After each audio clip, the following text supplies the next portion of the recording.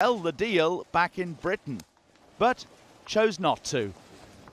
Then came what could go down as one of the great symbolic moments of Britain's 45 years of EU membership. On camera, the Prime Minister plainly lost her temper today with the European Commission President, Jean-Claude Juncker.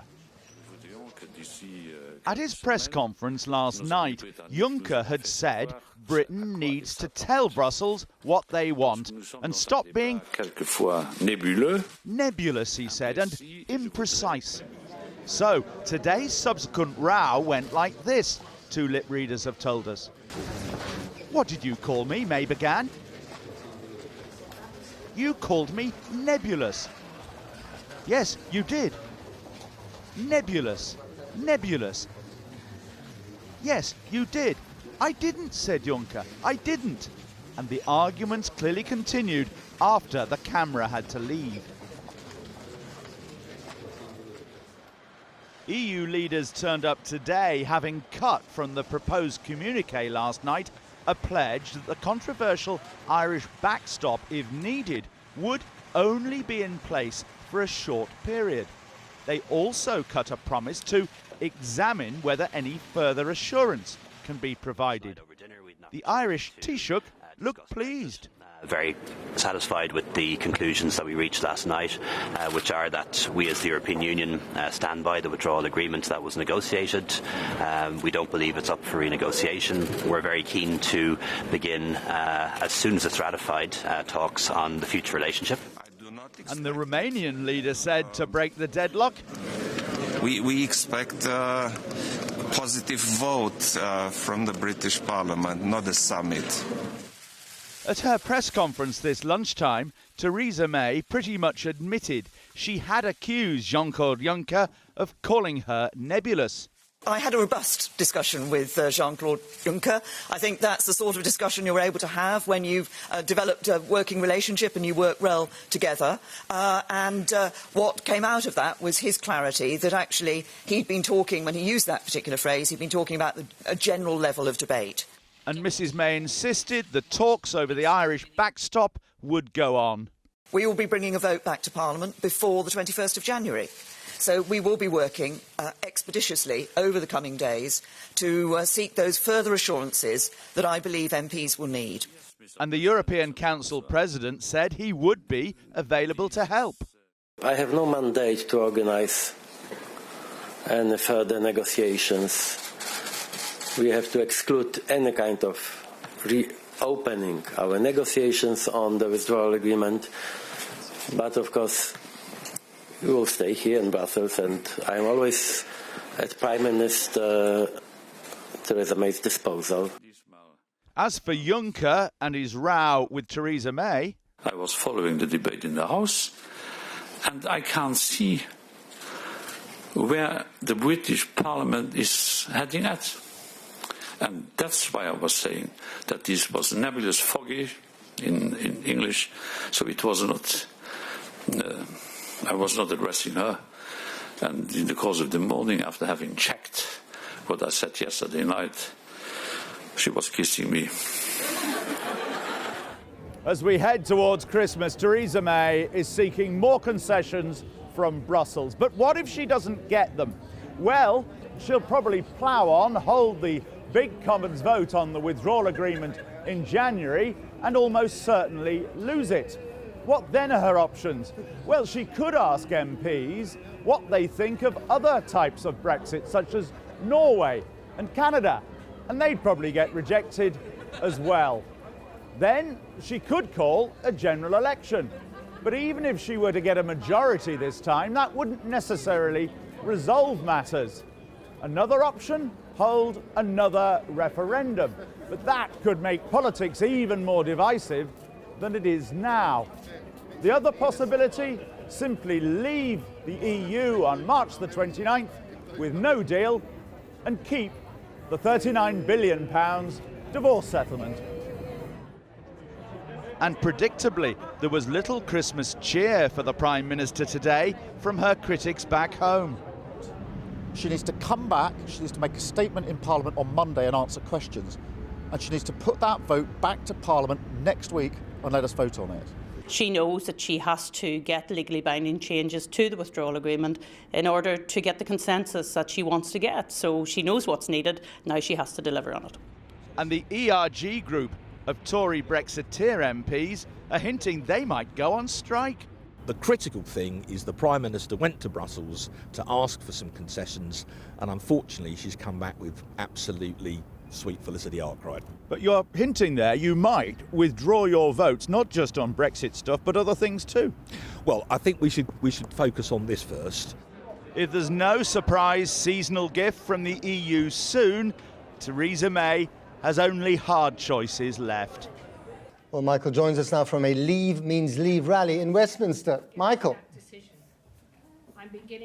Well, this is a rally of, several hundred people here in the Queen Elizabeth Conference Centre. A cross-party lineup. They're hearing right now from Kate Hoey, the Labour MP. They'll also be hearing later from Graham Stringer, another Labour MP, and from people from other parties. Sammy Wilson from the DUP, Jacob Rees-Mogg, of course, the leader of the Conservatives ERG group, and also the former leader of UKIP, Nigel Farage. Now, the meeting was begun by John Longworth, the former Director General of the British Chambers of Commerce, who accused Theresa May of being a quizzling. He spoke of another round of lies and deceit and warned against Project Fear Mark II. And he was followed by Richard Tice, the leader of Leave Means Leave, who said that they faced the battle of our lives against the tide of the establishment.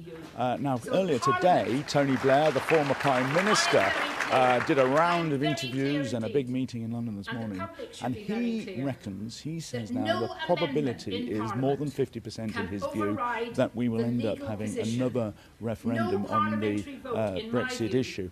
And really, this is what this rally is all about. For several months now, these people have been geared up to fight the possibility of another referendum.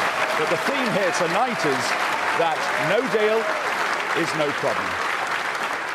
Thank you, Michael. Sounding unusually whispering there. Well, Theresa May won a confidence vote of Tory MPs on Wednesday, but with continuing opposition from Tory Brexiteers, her DUP partners, the opposition and European leaders, as we now know, can she maintain support from her own party?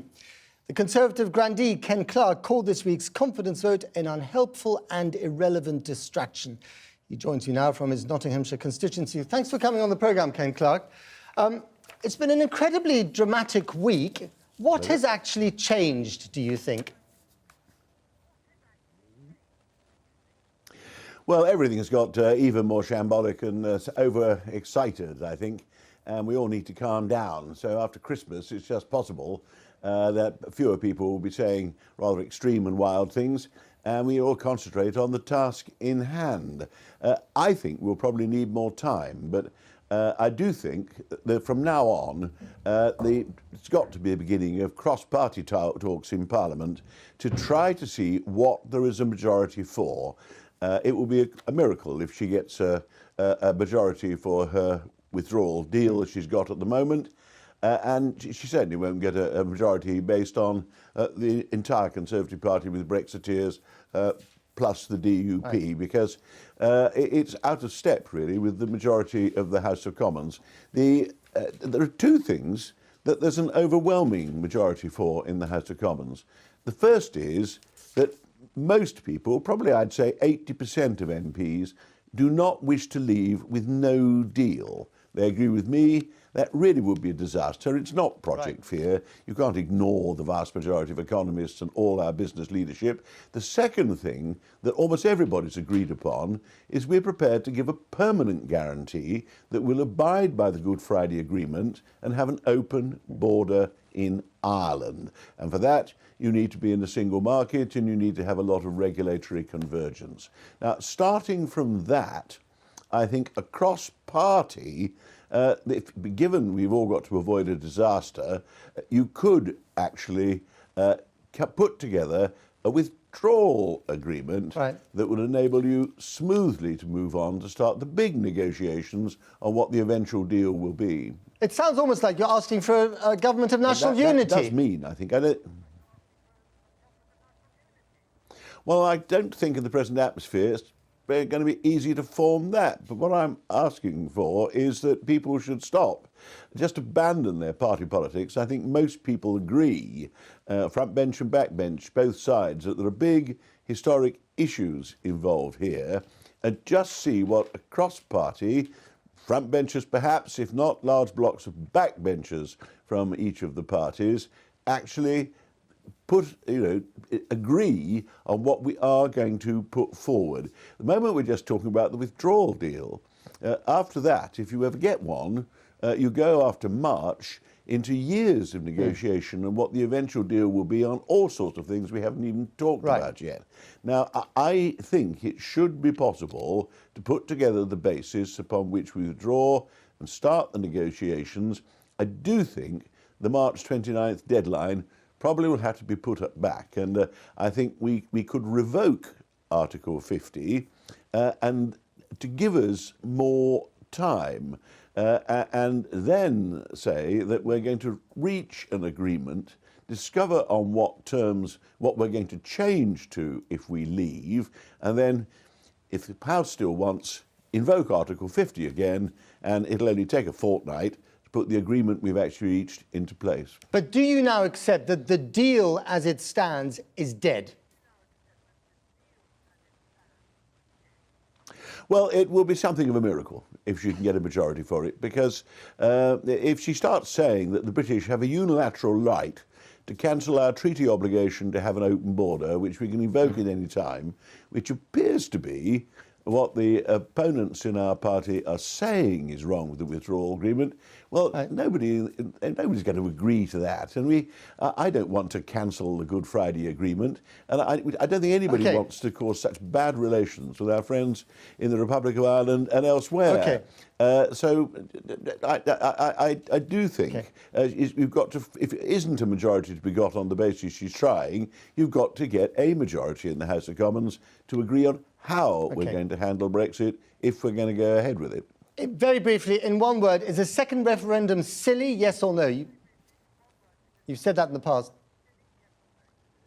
I think the referendum caused all this trouble. The point of referendums is to annul parliamentary democracy, to put Parliament out of the thing, and to seek to order Parliament to do something. And it's caused all the confusion. Not sure a second one would resolve very much. This one's all too effectively reduced our parliamentary democracy to wreckage, and I think a second one would be just as divisive.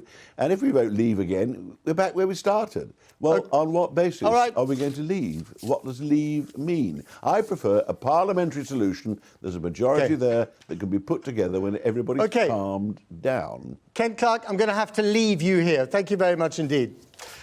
So what would be the economic impact of a no-deal Brexit? I'm joined now by economics correspondent Heli Ebrahimi. What would it be? Well, Matt, it's hard to comprehend, but from the very first day of a no-deal Brexit, all the basic legal rules that underpin huge parts of British society would simply cease to exist. And this would be as far-reaching and profound as the planes in the sky, our visas, our medicines, our haulage. And if you take that last subject, haulage, it sounds simple enough, but we actually need permission to take British trucks in and out of Europe. And if we crashed out, we'd be limited to just 3,000 trucks. And I have to tell you, Matt, that represents just 5% of our current journeys. So what about all this stuff from the Brexiteers that we'll be fine with WTO rules? I mean, WTO rules are hugely restrictive. The WTO is a global club with preset tariffs and preset quotas. Take, for example, at the moment, cars. We have 0 tariffs for cars going into Europe. Under WTO, it would be 10%. For clothes and shoes, at the moment, we have 0 tariffs. Under WTO, it would be 12%. And there are tariffs that are much higher. Beef, some beef products attract tariffs of 90%. And we're just talking about tariffs here. We're not even talking about regulation. And the point here is we can't control how Europe treats us if we crash out. So we can't bring those tariffs down to 0? Well, we can bring them down when it comes to European goods coming into Britain. We can make them 0. That would make it easier. That would make it cheaper for British consumers in the supermarkets.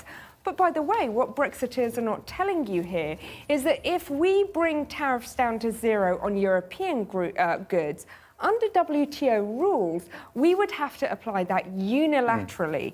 And if we do that, the consequences, how are we going to strike these deals with places like Australia if we have nothing to bargain? Good point. Helia, thanks very much. Fatima. Thanks, Matt. Well, a little earlier I spoke to the economist Gerard Lyons and to Carolyn Fairbairn, the Director General of the Confederation of British Industry.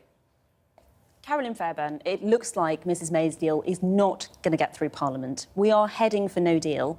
Are you prepared?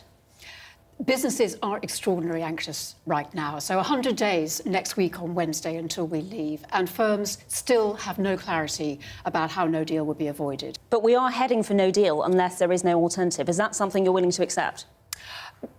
We need to find a way not to have no deal, because the damage to jobs and employment and growth will be very significant indeed. So we know that we would have delays at customs. We know that there could be a reduction of capacity of up to 80% at Dover. This means that businesses will not be able to get their parts. It means that food will not be on shelves. We need to find a way through this to protect jobs and our economy. And I think our real worry is the economy has been lost in all of this political debate. So we do need to find a way through. It's not something we should be accepting for a moment.